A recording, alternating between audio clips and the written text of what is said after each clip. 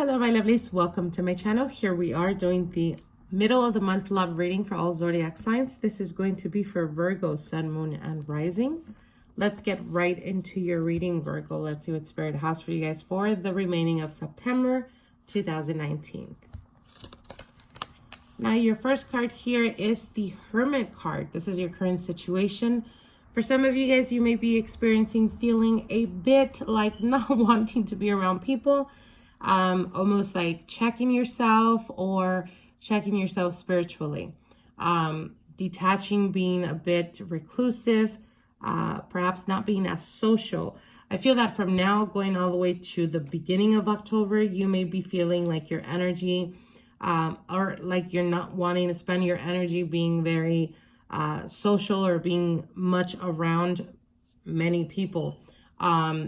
This can also represent coming or becoming more spiritual, or having the need and the desire, almost like your soul is craving a spiritual connection. So for some of you guys, it could be going towards practicing more of your religion, going back to church. For others of you, it could just be like the desire of learning new knowledge in regards to perhaps different religion, a different practice, etc.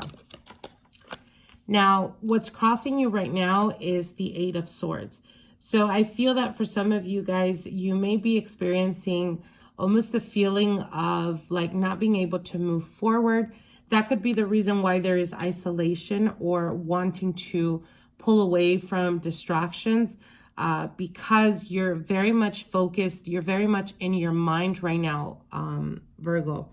So it's almost like a lot of internalizing going on with you. Now, you do have here the Two of Swords, and the Two of Swords does speak about, this is the past and passing position. So feeling like, again, you're being stuck.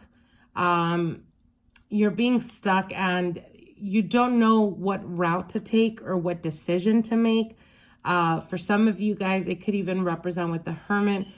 For some of you, you probably recently became single, and there's almost like you're refusing to walk away from this ending.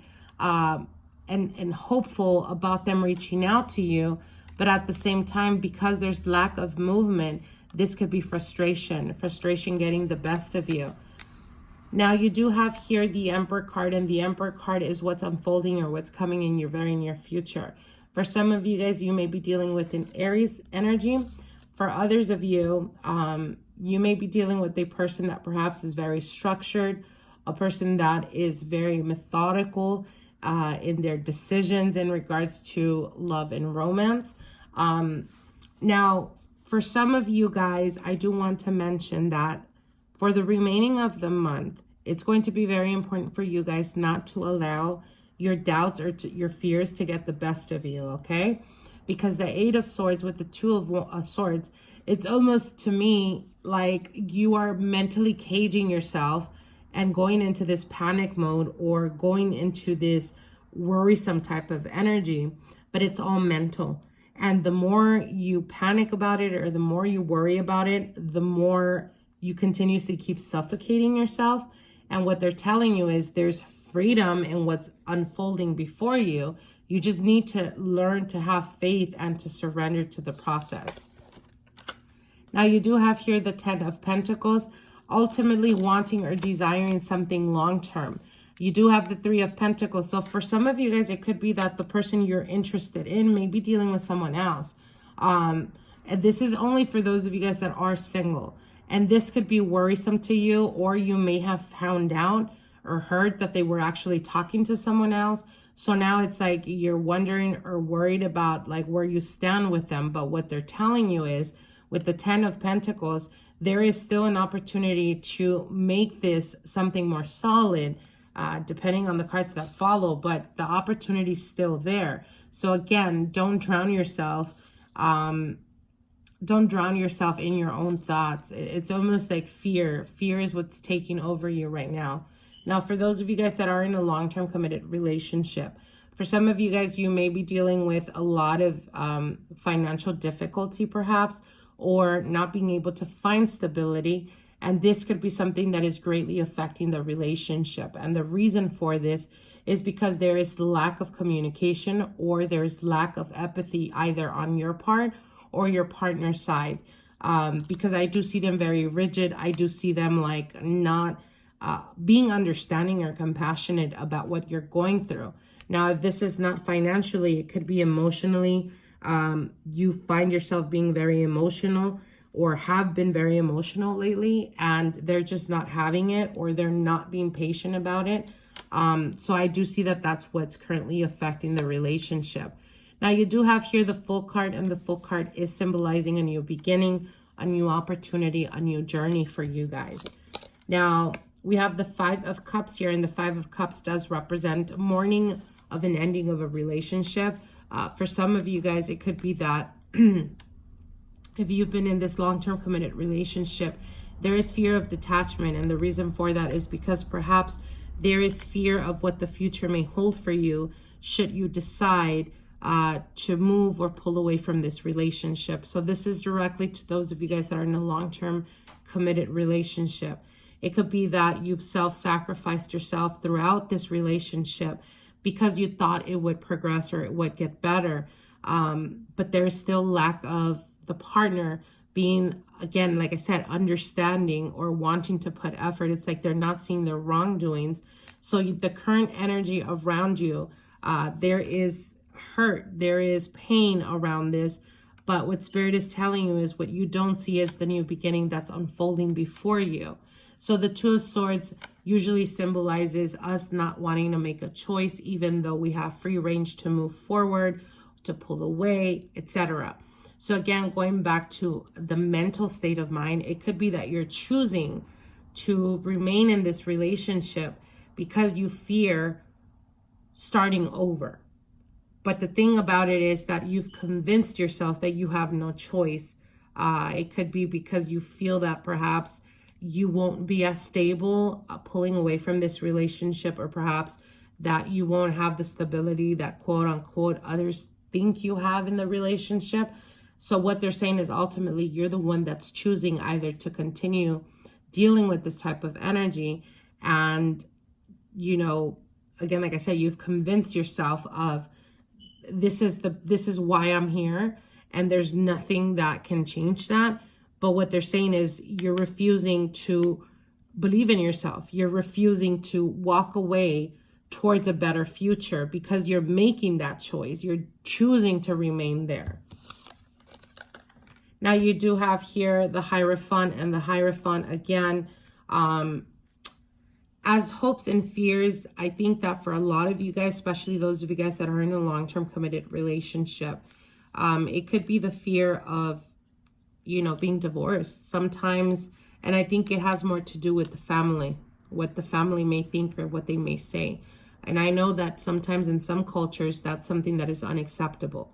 But at the end of the day, when we go, sweetheart, no one's going to follow you to the grave, okay? No one of your family members or no one of people that know you are going to follow you to the grave.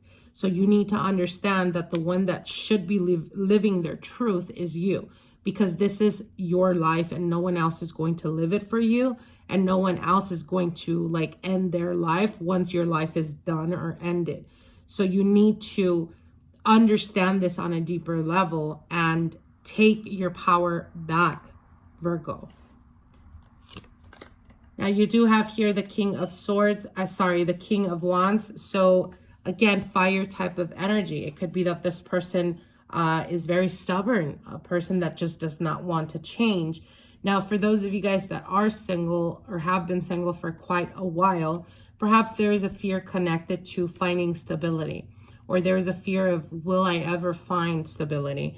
And what they're telling you is, yes, the stability is there and it will unfold before you. For some of you guys, I do see marriage, but what they are saying is stop making the same mistakes you've done in the past. Stop going for the bad boys. Stop going for the person that off the bat, you know, is not a person that is going to be good in a relationship. Now, it's fine and dandy to go out and have fun and make the best of it. That's okay.